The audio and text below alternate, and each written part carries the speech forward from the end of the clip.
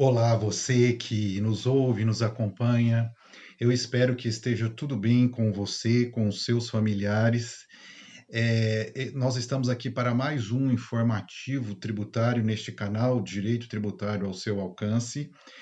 No informativo anterior, eu disse que nós faríamos uma análise da reforma tributária, porém, tendo em vista a situação que o país se encontra e no período aí de uma semana e um dia que nós fizemos o informativo passado no sábado anterior, no sábado da semana passada, a situação mudou muito. Então nós não queremos ficar alheios à situação em que se encontra o país, por isso não faremos nenhuma análise sobre a reforma tributária do projeto do Senado, né? Porque o da Câmara já estava pronto antes de toda essa pandemia acontecer, ok? Não faremos, apenas quando o Congresso voltar às suas atividades normais, aí sim nós faremos, retomaremos, mas enquanto o país estiver nessa situação, nós não faremos, tá? Vamos ao nosso informativo tributário desta semana, ok? Semana marcada por palavras que podemos definir uma semana tensa, uma semana de medo. Palavras, as palavras que resumem essa semana: medo, tensão, pressão, vida, morte, saúde e doença. Porém, se tivesse que escolher uma palavra, eu escolheria medo. Medo foi a palavra que tomou conta esta semana do cenário nacional e mundial por conta da pandemia do coronavírus, ok? O canal não vai ficar alheio a isso. Eu vou trazer todas as medidas que foram tomadas, tributárias, econômicas, não econômicas, para o combate aqui à questão do coronavírus, e eu vou dividir esse informativo em duas partes. Por quê? Na primeira, eu vou fazer uma análise nacional das medidas que foram tomadas aqui no Brasil, e depois vou fazer um giro pelo mundo com relação às medidas que foram tomadas em vários países que estão sendo afetados por essa pandemia, ok? Então, imperdível, tanto o primeiro quanto o segundo informativo, tá? Nós temos destaques, como corriqueiramente, ok? Vamos lá. A semana já iniciou com a questão aí da pandemia do coronavírus, que ninguém sabe até onde vai, e o governo anunciando medidas, né, de intervenção na economia para que evitar a demissão, evitar desempregos, evitar queda de faturamento das empresas. Quais foram essas medidas? Rapidamente. Reforço no programa do Bolsa Família, né? O governo pretende incluir mais pessoas no Bolsa Família, privilegiando aquela população economicamente vulnerável. Atraso no recolhimento do fundo de garantia do FGTS, que na verdade foi um adiamento, um diferimento, né? Como se diz a linguagem tributária. Vamos falar adiamento aqui, que fica mais simples. Um adiamento por 3 meses e também o Simples Nacional. O Simples Nacional, na verdade, foi um pouco mais. Nós vamos falar aqui, vamos chegar lá. Para reforçar o caixa das empresas, não é isso? A desoneração de produtos médicos, tanto do IPI quanto do imposto de importação. Vamos falar um pouco mais sobre isso especificamente. Liberação de 24 bilhões para a linha de crédito pessoal com o intuito de ajudar trabalhadores autônomos e 48 bilhões para empresas. Socorro à aviação civil, ok? Quando eu fui fazer as notícias, no que diz respeito às notícias mundiais, eu vi que isso foi uma tônica, socorrer as empresas de aviação, né? E elas têm problemas porque é um setor mais sensível à crise, assim como restaurantes e bares. Alguns setores realmente são mais sensíveis, em que pese todos estão sendo prejudicados. Fechamento de fronteiras, especialmente com a Venezuela, e nós tivemos aqui o fechamento da fronteira municipal e estadual aqui, no caso do estado de Minas Gerais e do município de Poços de Caldas, ok? Vamos comentar mais especificamente, então, essas medidas tomadas pelo governo que, segundo o governo, teria um impacto de 147 bilhões, né? 147,3 bilhões, porém, existem divergências quanto ao cálculo. Alguns dizem que chegará a 170 bilhões. E por que essa diferença? Por conta de um dos benefícios, na verdade, aqui um dos incentivos, né, um dos apoios que o governo anunciou aqui, que seria conceder R$ 200 para os trabalhadores informais.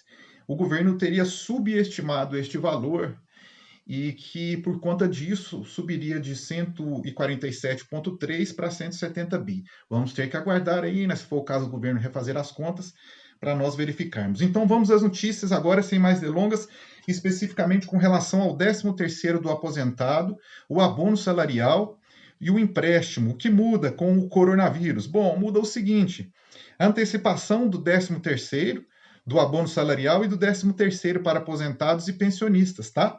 E a criação de um cupom para trabalhadores sem carteira assinada e mais dinheiro para o Bolsa Família, que o governo chamou de voucher. Esse cupom foi chamado de voucher pelo governo aí, que seriam esses R$ 200, tá?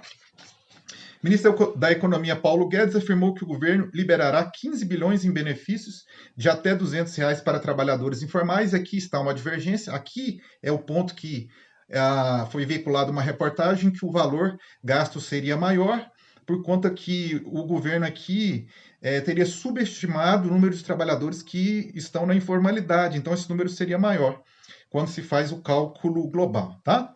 Então, o ministro Paulo Guedes afirmou que o governo vai liberar 15 bilhões em benefícios de até R$ 200 para trabalhadores informais e autônomos pelo período de 3 meses. Segundo ele, serão contemplados trabalhadores que estão inscritos no cadastro único e não recebem benefícios sociais, ok? Guedes declarou que os trabalhadores receberão recursos na Caixa e no INSS, mas ainda não entrou em maiores detalhes de como será feito. Antecipação do 13º dos aposentados. Geralmente, as duas parcelas do 13º dos aposentados e pensionistas, são pagas no segundo semestre. Por causa do coronavírus, o governo vai antecipar as duas parcelas e pagá-las até maio, tá? E já tem um calendário que é possível consultar na internet, ok? Agências do INSS fechadas por 15 dias com medida de precaução.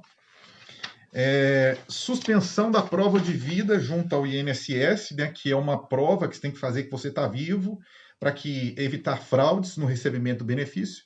O governo suspende por 120 dias, né, esta prova de vida de aposentados e pensionistas. Antecipação do abono salarial, já foi dito, é o PIS/PASEP. Eu vou ler aqui a notícia. Para junho, que também depende de publicação de um decreto presidencial, ok? Mais dinheiro para o Bolsa Família. Na segunda-feira, o governo afirmou que deve destinar mais 3,1 bilhões para o Bolsa Família.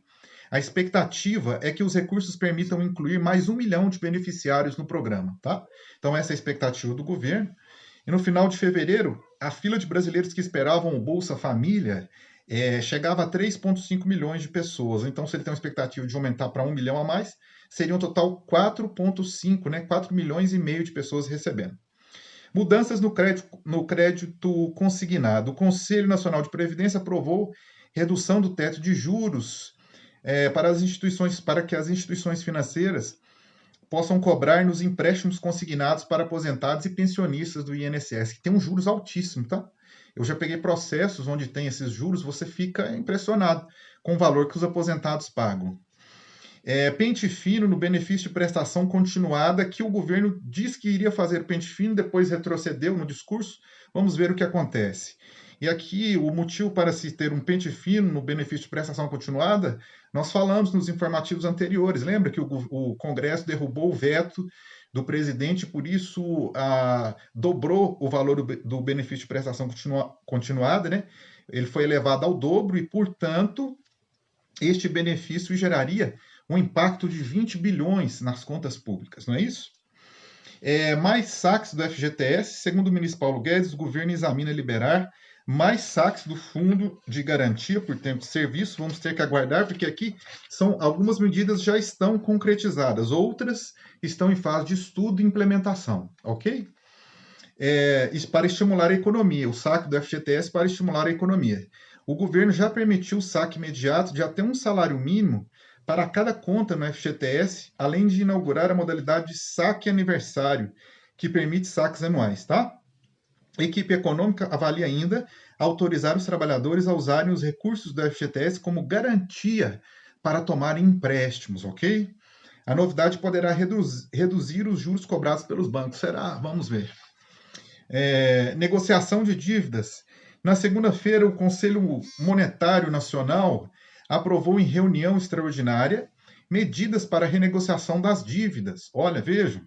Uma delas é voltada para empresas e famílias consideradas boas pagadoras, até que enfim, né? Segundo os grandes bancos, famílias e microempresas que estão com pagamentos em dia poderão pagar a próxima parcela só daqui a 60 dias, mas é um pouco estranho, porque se já paga em dia, a medida teria que beneficiar de alguma forma aqueles que vão ter dificuldade com pagamentos agora em virtude da crise, não é assim? Porque agora nós vamos ter uma crise aí de liquidez e tudo mais. Tributos do Simples Nacional adiados, eu já vou comentar. Esse aqui é uma notícia que eu vou entrar um pouco mais. Concurso do IBGE adiado. Fechamento de shoppings e academias no município de São Paulo, não só lá, como em outros também, né? Essa notícia eu estou começando da segunda-feira. O supervisor do Imposto de Renda, Joaquim Adir, diz que a Receita estuda adiar o prazo de entrega do Imposto de Renda. Por enquanto, porém, o prazo da declaração continua sendo dia 30 de abril. Foram pedidos da OAB, do Conselho Federal de Contadores, para que esse prazo seja adiado, né, seja diferido, ocorra um adiamento. Saques imediatos do FGTS, eu já falei, né? E todas essas medidas que foram anunciadas aí, foram acompanhadas e tudo mais, tá? Bom, em relação a essas medidas que eu li aqui, me parece que a única que eu não disse é uma que está listada aqui, que o governo também estuda socorro às empresas aéreas de aviação, tá? Porque a empresa de aviação ela tem que parar os aviões, né? Tá tudo proibido de transitar. E aí realmente a coisa pega, porque vejam só, faturamento cai não só as empresas de aviação, né? Bares, restaurantes, hotéis, empresas de evento, então todos mais aí, não só eles, tá? Cobranças adiadas para empresas do Simples, eu já falei, o que eu não falei aqui, tem duas notícias interessantes aqui. Desconto no Sistema S. Vejam, o que o governo fez aqui foi o seguinte, ó. O desconto do Sistema S é que durante 3 meses empresas terão redução de 50% das contribuições do Sistema S, conjunto de instituições de categorias profissionais como SESC, SESI, SENAC, SENAI. O governo estima que isso dará um fôlego total de 2,2 bilhões às empresas. Só existe um probleminha aí que pode gerar questionamento judicial. Você corta a 50%. Se você cortar 50% os benefícios e simplesmente você está mexendo com os orçamentos dessas instituições. Então, assim, não ficou claro aqui na reportagem se o governo vai reduzir 50% e vai prover para essas instituições esse 50% que ele está tirando do Sistema S. Porque senão, veja só, o orçamento dessas instituições vai cair pela metade. E aí isso pode gerar questionamentos na justiça, que o governo está mexendo com o orçamento dessas instituições, ok? É um problema, né? Se ele desonera esses 50%, mas não repõe isso para essas entidades aí do Sistema S, ok? A negociação de dívidas, crédito para micro e pequenas empresas, o governo deve liberar cerca de 5 bilhões do Fundo de Amparo ao Trabalhador em forma de crédito para as micro e pequenas empresas. Negociações de dívidas também estão no pacote econômico. Verbas de emergência para a saúde, né? Isso é uma coisa essencial nesse momento. Menos impostos para produtos médicos, isso já foi cumprido por meio de IPI e de redução do IPI, do Imposto de Importação, eu vou falar mais adiante. E a Caixa vai oferecer também um socorro a bancos e empresas, que vai ser da ordem de 75 bilhões, para auxiliar no combate à crise econômica. Desse total, 30 bilhões podem ser usados para comprar 30 bilhões podem ser usados para comprar as carteiras de consignados de outros bancos que estejam também em dificuldade. Então, veja só. O Guimarães, acho que é o presidente da Caixa, que não fala, declarou que a Caixa oferecerá 40 bilhões em linha de capital de giro para pequenas e médias empresas, além de firmas do setor imobiliário. Outros 5 bilhões serão em crédito agrícola, tá? O pequeno produtor, então, nem se fala, né? Precisa. Ajuda a companhias aéreas, agora sim, ó. A, a Associação Brasileira das Empresas Aéreas afirmou que o governo federal estuda editar uma MP para socorrer as companhias do setor fortemente afetado pela pandemia do coronavírus. Uma parte disso já foi cumprido. Está lá, você acha, se entrar lá no site do Planalto, você vai encontrar uma legislação só sobre coronavírus, tá? Tem várias normas lá sobre o coronavírus. Algumas eu vou falar aqui, mas lá tem uma questão voltada a tarifas cobradas por empresas aéreas aí como meio de incentivar em meio a essa crise que a gente está passando aí, um momento dificílimo, ok? As notícias do mundo, se você ler, é de perder o sono para muitas pessoas, porque lá está dito que pode ocorrer uma crise, uma recessão em escala mundial. Eu vou falar disso no segundo vídeo, na parte 2 deste informativo. Ok? Bom, vamos então à portaria 7820 da Procuradoria da Fazenda Nacional, Procuradoria-Geral da Fazenda Nacional, tá? Essa também com o contexto do coronavírus. Essa portaria 7820 ela trata da chamada transação extraordinária para negociação de débitos tributários. Em síntese, o que essa portaria diz, ok? Ela diz o seguinte, olha, são objetos de transação extraordinária, artigo 2º, na cobrança de dívida ativa da União. Inciso 1. Viabilizar a superação da situação transitória de crise econômico-financeira, olha só, dos devedores inscritos em dívida ativa da União em função dos efeitos do coronavírus, a fim de permitir a manutenção da fonte produtora e do emprego dos trabalhadores. Olha, a a Procuradoria, né, da Fazenda Nacional admitindo uma situação que realmente é muito complicada. Esse é o inciso 1. O inciso 2 fala que assegurar a cobrança também de débitos inscritos em dívida ativa. O inciso 3 diz assegurar a cobrança de créditos inscritos em dívida ativa seja realizada, olha que interessante, da forma menos gravosa para os contribuintes pessoa física. Tá? Esse é o inciso 3. E aí o artigo 3º estabelece a forma, ó. A transação extraordinária, essa portaria 7820, eu já vou para 7821 daqui a pouco. Essa é a 7820. A transação extraordinária na cobrança da dívida ativa da União será realizada por adesão à proposta, então a modalidade é qual a modalidade? Adesão à proposta da Procuradoria-Geral da Fazenda Nacional, exclusivamente através do acesso à plataforma Regulare, tá? E aí, tem alguns requisitos, sim, artigo 4º e 5º, tá? A transação extraordinária na cobrança da dívida ativa da União envolverá pagamento de entrada correspondente a 1% do valor total dos débitos a serem transacionados, divididos em 3 parcelas iguais e sucessivas. Então, tem que ter uma entrada, mas essa entrada é de 1%, também pode ser dividida em 3 parcelas, é o que estou dizendo aqui, e parcelamento restante em 81 meses, sendo em 97 meses na hipótese de contribuinte pessoa física, empresário individual, microempresa ou empresa de pequeno porte. Fora isso, 81 meses. Não, estando em uma dessas situações, pessoa natural, empresário individual, microempresa ou empresa de pequeno porte, 97 meses, tá? E diferimento do pagamento da primeira parcela do parcelamento a que se refere o inciso anterior para o último dia do mês de junho de 2020, ok?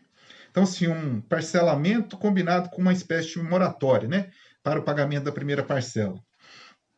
Em se tratando das contribuições sociais, se for contribuição social, aí já muda, tá? Se for contribuição social, o prazo é de 57 meses, então é um prazo único aqui, já 57 meses. O valor das parcelas não poderá ser inferior a R$100 na hipótese do contribuinte pessoa física, empresário individual, microempresa ou empresa de pequeno porte, tá?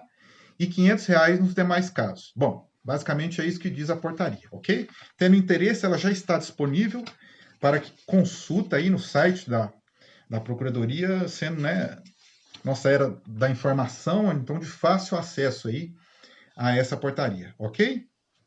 Bom, vamos lá. E o que diz em seguida a portaria 7821, também da Procuradoria-Geral da Fazenda Nacional, também relacionada ao coronavírus, tá? Diz o seguinte, ó, ficam suspensos por 90 dias o prazo para impugnação e o prazo para recurso da decisão proferida no âmbito do processo administrativo de reconhecimento de responsabilidade, o prazo para apresentação da manifestação de inconformidade e o prazo para recurso contra a decisão que apreciar no âmbito do processo de exclusão do Programa Especial de Regularização Tributária, o PERT, previstos no artigo 18 da portaria da Procuradoria-Geral da Fazenda Nacional, número 690, fica suspenso por 90 dias. Fica suspenso também o prazo para a oferta antecipada da garantia em execução fiscal, o prazo para apresentação do pedido de revisão de dívida inscrita, o PRDI, e também o recurso contra a decisão que o indeferir, tá? Basicamente é isso. O disposto nesse artigo aplica-se aos prazos em curso no dia 16 de março de 2020 ou que se iniciarem após essa data, então daí por diante. E ficam também suspensos por 90 dias as seguintes medidas de cobrança administrativa: apresentação de protesto de certidões de dívida ativa, instauração de procedimentos administrativos de reconhecimento de responsabilidade, e ainda fica suspenso por 90 dias o início de procedimentos de exclusão de contribuintes de parcelamentos administrativos concedidos, negociados com a Procuradoria-Geral da Fazenda Nacional por inadimplência das parcelas, ok? Também disponível a portaria, aqui para fins informativos, que é o objetivo aqui do nosso, aqui deste informativo tributário. Simples Nacional, agora sim, olha só, o Simples Nacional ganhou um fôlego, porém este fôlego vale apenas para os tributos federais, tá? Então, muita atenção, ainda não vale para ISS e ICMS, então não vale para o ICMS estadual e ISS municipal. Porém, fiquem atentos às legislações dos seus estados e dos seus municípios. Por que eu estou usando o plural? Porque às vezes a empresa atua em mais de um estado, atua em vários municípios, tá? E vão ter que ficar atentos aí a essa legislação estadual e municipal que pode conceder o mesmo benefício que foi concedido aqui no âmbito federal, ok? Bom, e o que foi concedido no âmbito federal? Vamos lá. No âmbito federal foi concedido o seguinte, olha, o governo adia o vencimento do Simples Nacional dos meses de março, abril e maio de 2020.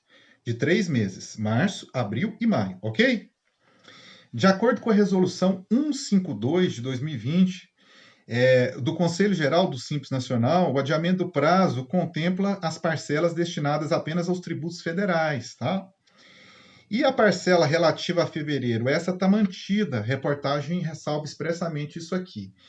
Então, é só da que vence no dia 20 do 4, que iria vencer no dia 20 do 4, aí queria vencer no dia 20 do 4 de 2020, 20 do 5 de 2020 e 20 do 6 de 2020. A relativa a fevereiro, que venceu em março, essa continua. É o que diz aqui, tá? Quais são os tributos contemplados? Os tributos federais. Quais sejam? Ó, Imposto de Renda à Pessoa Jurídica, IPI, Contribuição Social sobre o Lucro, COFINS, PIS/PASEP, Contribuição Patronal. Ok? E para jogar os prazos, olha, veja, o fôlego foi grande, tá? Então, como eu disse, as do dia 20, ó, mês de fevereiro, vencimento mantido. Vale ressaltar que o período de apuração relativo a fevereiro de 2020, com vencimento no dia 20 de março, 20 do 3, está com a data de vencimento mantida, ok? É o que diz aqui. E aí, vejam que o fôlego aqui, ó, foi grande, tá? Deixa eu só aqui colocar direitinho. O prazo foi de 6 meses. É o que está dizendo aqui a reportagem, né? Então, essa parcela do dia 20 do 4 vai jogar para o dia 20 do 10, tá? Eu estou passando aqui, não achei, mas é o que está lá na tabelinha. Então, olha só, o prazo, aqui, ó, achei. Para não falar besteira, né? Não falar bobagem, é isso mesmo, ó. O diferimento, o adiamento do pagamento foi de 6 meses, não 3, 6, ok? Então, Aqui iria vencer no dia 20/4, vai vencer no dia 20/10. Aqui iria vencer no dia 20/5, vai vencer em 20/11. Aqui iria vencer em 20/6, vai vencer em 20/12, 20 de dezembro, ok? Essa foi uma boa notícia aí, né, para o contribuinte. E por que tanto cuidado com pequena e microempresa? O motivo é simples. Elas empregam mais, elas são as que mais empregam, tá? Elas são as que mais empregam, elas geram receitas, então o cuidado é em virtude disso daí, ok? Tem que ter um cuidado especial. Isso aí ocorre a nível mundial. As medidas econômicas eu analisei de vários países, sempre o cuidado com a pequena e com a microempresa, um cuidado especial, tá? Ó, vamos então agora para coronavírus, essa PEC aqui, 438 de 2018, né? Bom, vou falar da PEC já. Olha só, o governo estuda a redução de jornada de trabalho e corte de 50% do valor da remuneração do trabalhador. Reduz a jornada e aí reduz proporcionalmente a remuneração em 50%, na metade, ok? Eu vou falar no vídeo 2, na parte 2 do informativo, eu vou falar sobre isso. Nenhum país fez isso, nem a Argentina, que está com a economia lascada. Nenhum país foi contra o trabalhador dessa forma. E eu até entendo o argumento do governo, que é para tentar manter os empregos. Só que o Brasil está na contramão do mundo, porque nos outros países que também estão sofrendo, e aí eu poderia falar, não, mas outros países são ricos, eles têm de não. O exemplo que eu dei aqui foi da Argentina. Eles estão mantendo os empregos, eles estão mantendo as licenças, ok? E não estão fazendo isso, de cortar a remuneração assim, dessa forma abrupta. E aí você imagina o seguinte, como é que a pessoa vai viver ganhando meio salário mínimo? Já é difícil viver ganhando um salário, ué. Como é que ela vai viver ganhando meio salário mínimo? Numa crise, num contexto de crise desse. Péssima escolha, se for por esse lado. Tá? E aí, por que tem a PEC aqui, 438, de 2018, essa PEC? É porque essa PEC, ela também estende aos servidores uma redução de jornada de trabalho acompanhada de uma redução de remuneração. Para os servidores públicos, de 20%, se não me falha a memória. Só que o governo pode mudar isso, porque essa PEC ainda não foi aprovada. Se for aprovada essa questão de redução para os trabalhadores da iniciativa privada de 50%, se for aprovada, né, essa dos trabalhadores, eu não sei como é que o governo vai fazer. Se vai fazer através de PEC ou se de projeto de lei. Mas se for aprovado para os trabalhadores da iniciativa privada, ganha muita força essa PEC dos servidores públicos, que também propõe a redução de jornada e de remuneração dos servidores públicos. Por isso que eu coloquei os dois assuntos aqui para serem tratados em conjunto, tá? Nós aqui do canal somos contra tanto a redução para a iniciativa privada quanto a redução para o serviço público, ok? O governo vai ter que bancar aí, vai ter que achar recurso extra, como os outros países estão fazendo. Se a Argentina, nem a Argentina está fazendo isso, tá? E o Brasil está na contramão do mundo, eu acho que é uma medida gravosa demais para os trabalhadores. E o governo tem de onde tirar. Eu vou falar isso no vídeo 2, tá? Na parte 2 do informativo. O governo tem de onde tirar, sim.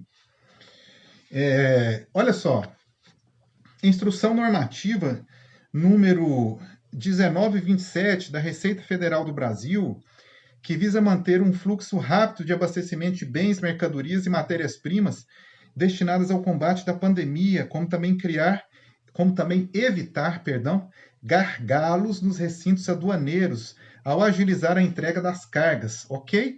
Então essa portaria ela veio para o quê? Simplificar, agilizar o despacho aduaneiro, ou desembaraço aduaneiro, né? Que o negócio é tão complicado que não é à toa que ele leva o nome de desembaraço aduaneiro. Só que para determinados produtos o governo vai fazer isso, em especial que aqueles relacionados à área médica, tá? Essa notícia aqui é uma notícia grande, eu não vou ler. Vários produtos aqui, eu vou ler apenas alguns. O álcool etílico a 70%, que é o que está aí, né? Que nós vai precisar por conta do coronavírus. Vestuários e acessórios de proteção plástico. Luvas de proteção de plástico.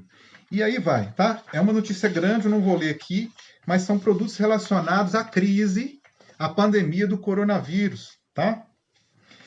E aqui vem, ó, o governo zera o imposto de importação de produtos médicos e dá prioridade nas alfândegas. Essa notícia, na verdade, é um complemento da outra, ok?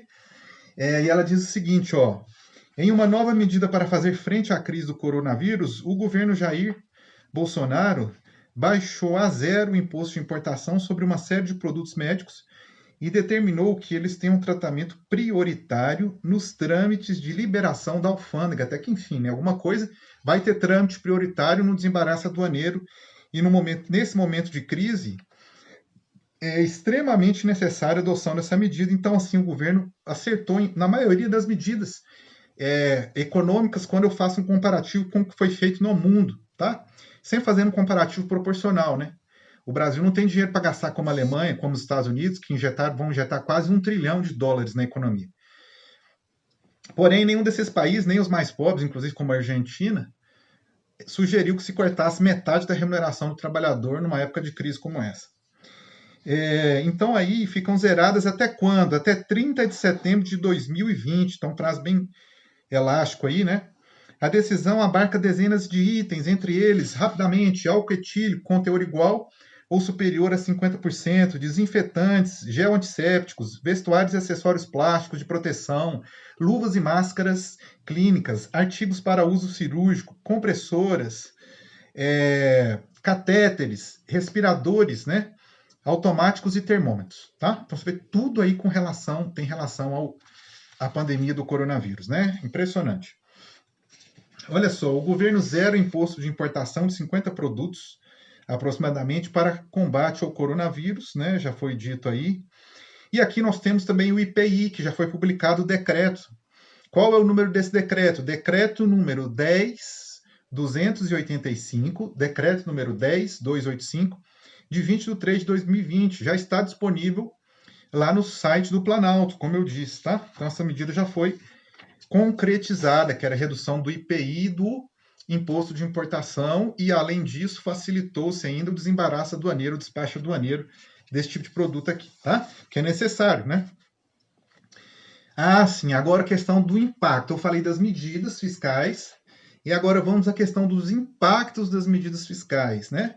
Ou dos impactos, eu vou analisar, na verdade, duas coisas. O impacto do coronavírus na questão fiscal, arrecadação e tudo mais, e os impactos das medidas fiscais nos orçamentos, ok?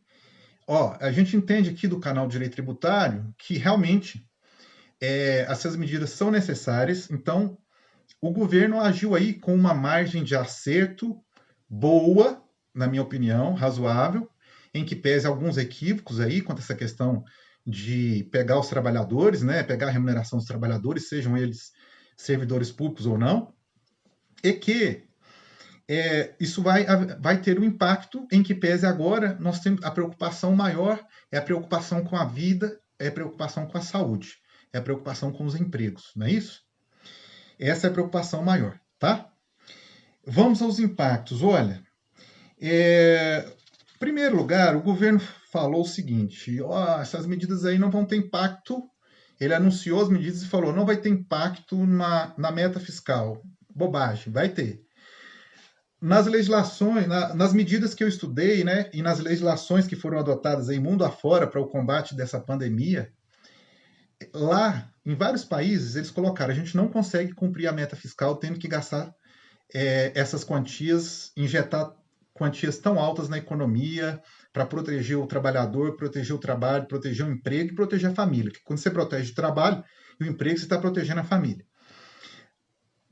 Então, olha, se países grandes estão falando isso, que besteira é essa? O Brasil é um país que está em um orçamento quebrado, um país pobre, então tem que chegar e falar a verdade. Nós não vamos conseguir cumprir a meta fiscal.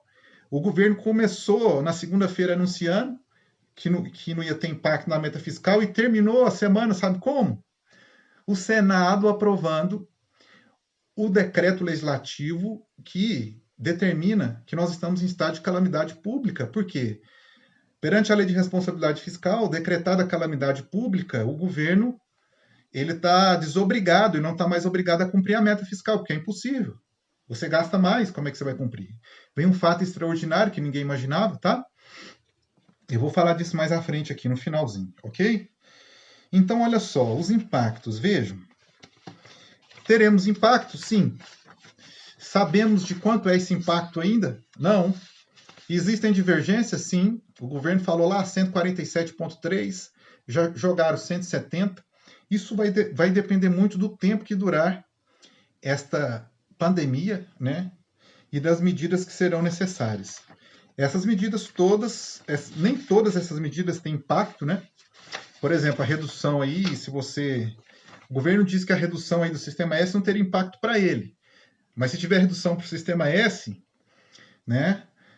Porque o dinheiro do sistema S não ingressaria no caixa do governo e tudo mais. Ele está tirando 50% aí das contribuições. Bom, vamos ver quais serão os desdobramentos.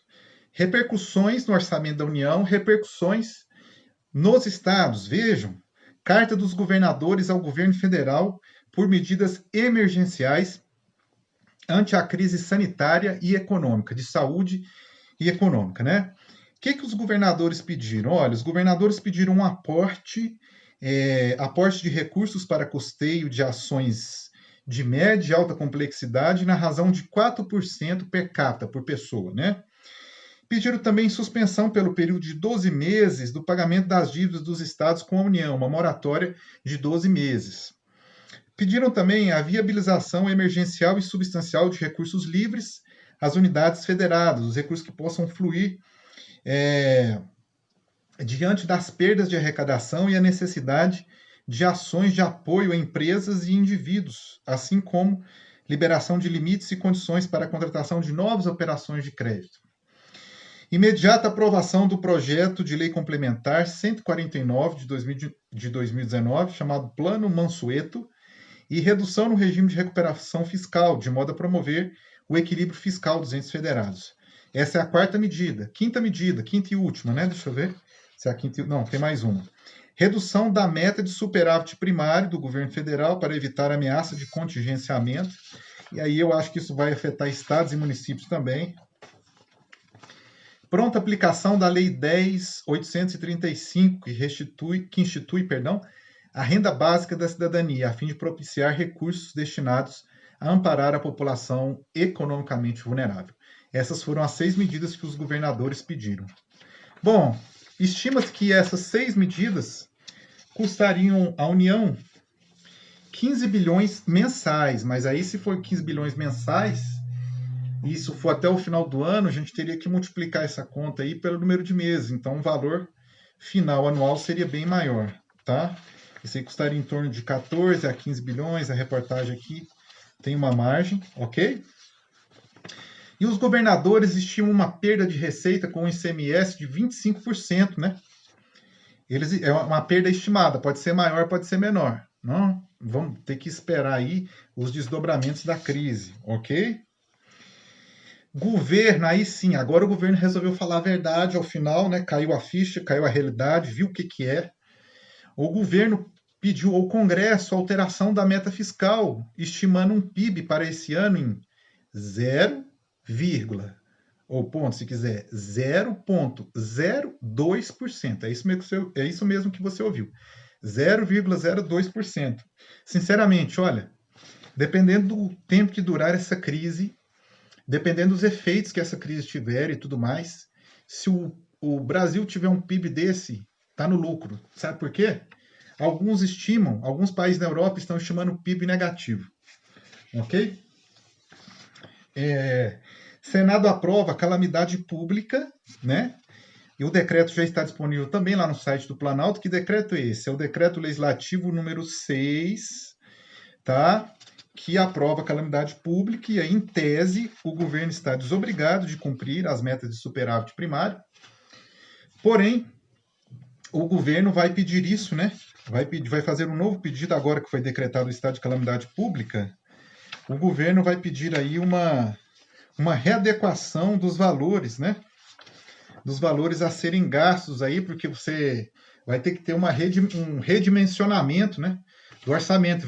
É como se estivesse na sua casa, gastando lá o que você é acostumado a gastar. De repente vem um problema de saúde em algum membro da família e por algum motivo você tem que gastar sem ter um convênio, por exemplo, ou ainda que tenha um convênio, ou tem um convênio, às vezes tem que gastar porque o médico não cobre, o médico não atende pelo convênio, ou porque o médico pediu um exame que o convênio cobre. Então, assim, às vezes você paga a saúde 3 vezes nesse país, paga o SUS, paga o convênio e paga de forma privada. Então, assim, aí vem aquele gasto inesperado e você tem que redimensionar todas as suas contas. Com o governo é isso aí que está acontecendo, tá? E o fato inesperado aí é cuidar da saúde coletiva, cuidar do bem-estar coletivo, dos empregos, das pequenas e microempresas, das empresas mais afetadas. Então, isso gera um gasto público grande, mas em que pese ser necessário, tá? Empresas acionam um comitê de crise para lidar com o coronavírus. Olha que interessante, as empresas estão fazendo um comitê de crise internamente para lidar com o coronavírus, porque somos acostumados a trabalhar em home office? Não. Alguns podem até ser, mas acho que a maioria não. Também não é o meu caso, mas nós vamos ter que nos adaptar. Dependendo do tempo que isso durar, nós vamos ter que nos adaptar ao home office. Leve a sério a situação para que depois você não diga eu contribuí para o mal. Tá? Vamos lá. Eu vejo aí muitas pessoas vivendo como se parece que não está acontecendo nada. Faz festa, faz tudo aí. Olha só. Foram feitas várias sugestões, né? Foram feitas várias sugestões aí a respeito do que poderia ser feito. Eu vou falar sobre isso no segundo vídeo. Como as administrações tributárias poderiam colaborar com o governo nessa pandemia, né? Foram feitas várias sugestões aí. Vou falar disso no vídeo 2. Olha, suspensão do expediente no CNJ e no CARF, tá? Suspensão até o dia 30 de abril, tanto o CNJ suspendeu no âmbito dos tribunais, deu uma certa liberdade lá para os tribunais trabalharem, não sabemos como vai ser. Acho que a tendência é seguir o que o CNJ determinou, a suspensão do expediente. E o CARF também, até o dia 30, né, de abril, havia sido concedido a liminar, né, no decorrer da semana, para a suspensão dos julgamentos no âmbito do CARF, não foi isso? E aí depois veio uma medida administrativa, né?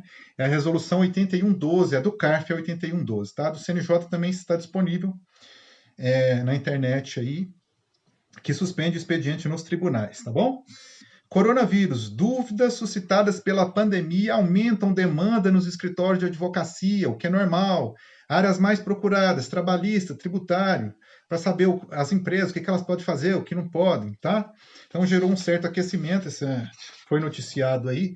É normal, natural, né, essa procura, uma maior demanda nos escritórios para saber, envolve questões legais, então acho extremamente natural. Pedidos sobre imposto de renda para que se proteja o contribuinte, para que se prorrogue a declaração do imposto de renda. Pedidos feitos pela OAB nesse sentido.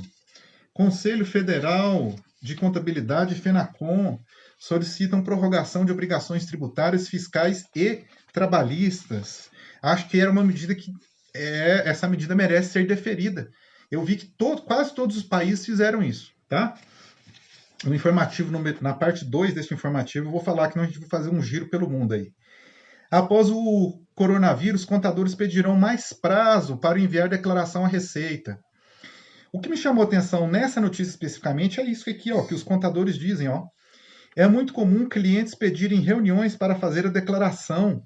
Como não estão preparando agora, vai ficar muito apertado, vai ficar muito sobrecarregado nos últimos dias. E olha o que eles dizem aqui, ó, as empresas, eles trabalham direto com as empresas, então isso é mais conhecimento que nós. Ó, as empresas não estão habituadas a trabalhar em esquema de home office e ficaram com suas operações prejudicadas pelo surto. Eu acredito que isso aqui seja verdade. Tá? Uma notícia que foi veiculada de forma muito deturpada na mídia, acredito eu aí, principalmente por pessoas ligadas ao meio tributário, com todo respeito, mas veja, aqui foi mantida a prisão preventiva de acusado de fraudes tributárias em 26 estados, ok? Não vou falar nomes para manter aí uma certa direito à intimidade. Olha, mas olha só, o que é o objeto do processo? O objeto do processo não é inadimplência tributária, como foi veiculado aí, mera inadimplência tributária. Vou ler aqui qual é o objeto do processo, ó. Organização criminosa voltada para a fraude na quitação de débitos tributários, tá?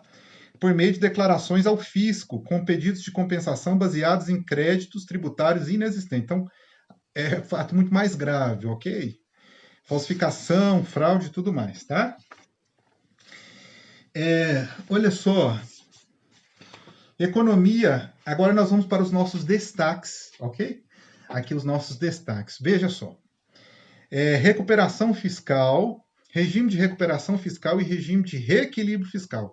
Qual a relação entre os dois? A relação entre os dois é que a União fez uma coisa interessante, que eu acho que é interessante que a União fez, porque ela reconheceu que o regime de recuperação fiscal ele está sendo muito difícil para os estados conseguirem cumprir esse regime e que para a União também está sendo difícil. Então se propôs o quê? Um reequilíbrio, um reestudo, uma reanálise nesse regime de recuperação fiscal, que, salvo engano, é do governo anterior, né, do Michel Temer, para um plano de reequilíbrio fiscal de estados com vistas a facilitar a equalização das dívidas dos estados, que é um problemaço, né? A dívida da União já está em 75,5% do PIB, sendo que se você volta aí a alguns anos no passado, não muito tempo, esse percentual era de 40%. Então, num período relativamente curto de tempo, isso quase dobrou. E olha que a União detém aí uma parcela grande dos tributos. Imagina os estados, né? Agora eles também têm uma parcela de culpa aí por conceder aquelas isenções que, né? Aquelas isenções que não trazem benefícios. E depois eles colhem os frutos amargos disso aí. Seja na falta de arrecadação, seja em fraudes e tudo mais. Tá? Uma parte também não é culpa, porque a União centraliza muito. Ok? Então esperamos que esse reequilíbrio fiscal seja aprovado de uma forma, não que fique pior do que está, mas de uma forma que realmente propicie aos estados que consigam equalizar suas dívidas, que propicie a União também não ter nenhum tipo de desequilíbrio financeiro e orçamentário. E agora o momento pede uma medida dessa, né? Só que tem que ser pensado, planejado com bastante calma. Notícia boa: Senado aprova 3 acordos internacionais ratificados em plenário. E eu coloquei aí, debaixo do vídeo, apenas a Convenção de Quioto. Por quê? Foi a que eu vi onde existe a maior relevância em matéria tributária. O que essa Convenção de Quioto faz? Olha, ela representa as melhores práticas internacionais em matéria aduaneira, adotada por países que representam mais de 80%. Ela basicamente faz o quê? Olha, a convenção é a base para procedimentos aduaneiros mais modernos, como o sistema de guichê único nas fronteiras comuns, para diminuir a burocracia e a adoção de gestão coordenada de fronteiras. Entre os objetivos do acordo estão o desenvolvimento de práticas e procedimentos de fronteira uniformes em todo o mundo, redução de custos de processos aduaneiros, olha só, tanto que o negócio na área aduaneira é punk, tem que fazer curso. Capacitação para mudança no ambiente de negócios com estímulo ao cumprimento voluntário de normas. Em suma, o que ela faz? Ela simplifica e harmoniza os regimes aduaneiros, né? Esperamos realmente que essa simplificação ocorra e que não faça jus mais ao nome da palavra desembaraço aduaneiro, né? Que seja aí realmente uma simplificação e harmonização aduaneira, tá? Vale a pena conferir isso aí, foi ratificado pelo plenário do Senado, tá? E aqui destaca o seguinte, ó, entre os integrantes dos BRICS, Brasil, Rússia, China, Índia e África do Sul, apenas o Brasil não adotava essa convenção, ok? Agora, esperamos, né, que passe a adotar, ok? Até a África do Sul, inclusive, já adotado. Vamos lá, olha só.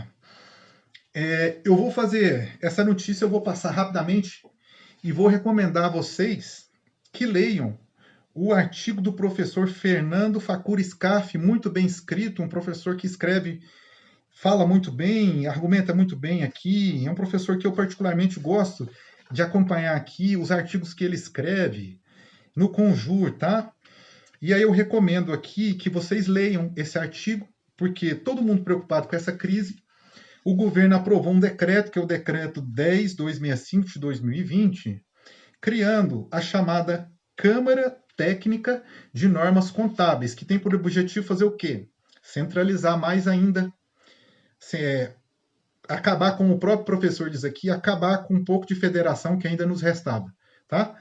Então, eu recomendo a leitura desse artigo e principalmente o seguinte, veja, a Lei de Responsabilidade Fiscal exige a criação de um órgão, que não é esse aqui, o professor destaca muito bem no artigo dele, por meio de lei. E aqui foi criado por meio de decreto. Opa, como ele diz aqui, inconstitucionalidade à vista. Vamos ver o que vai virar isso aqui, tá? Aqui também, aqui é a continuação do artigo do professor. Olha, que notícia aqui. Essa notícia aqui realmente é uma notícia relevante. Ó, aprovada emenda na Câmara que pode acabar com o voto especial, ou voto de qualidade, ou voto de desempate no CARF. Tá? Então, se houver uma discussão no CARF em que a votação fique empatada, seria indúbio pró-contribuinte, ou seja, a favor do contribuinte, como é hoje, a favor do réu na seara penal, quando você tem, por exemplo, empate de votação. Lembra que o Supremo decidiu isso? Então, vamos aguardar. Isso é uma emenda naquela MP lá, que eu não gosto de nome, mas vou falar. MP do Contribuinte Legal, MP 899 de 2019, tá? E esta MP, vejam, esta MP é uma MP importante, porque além dessa questão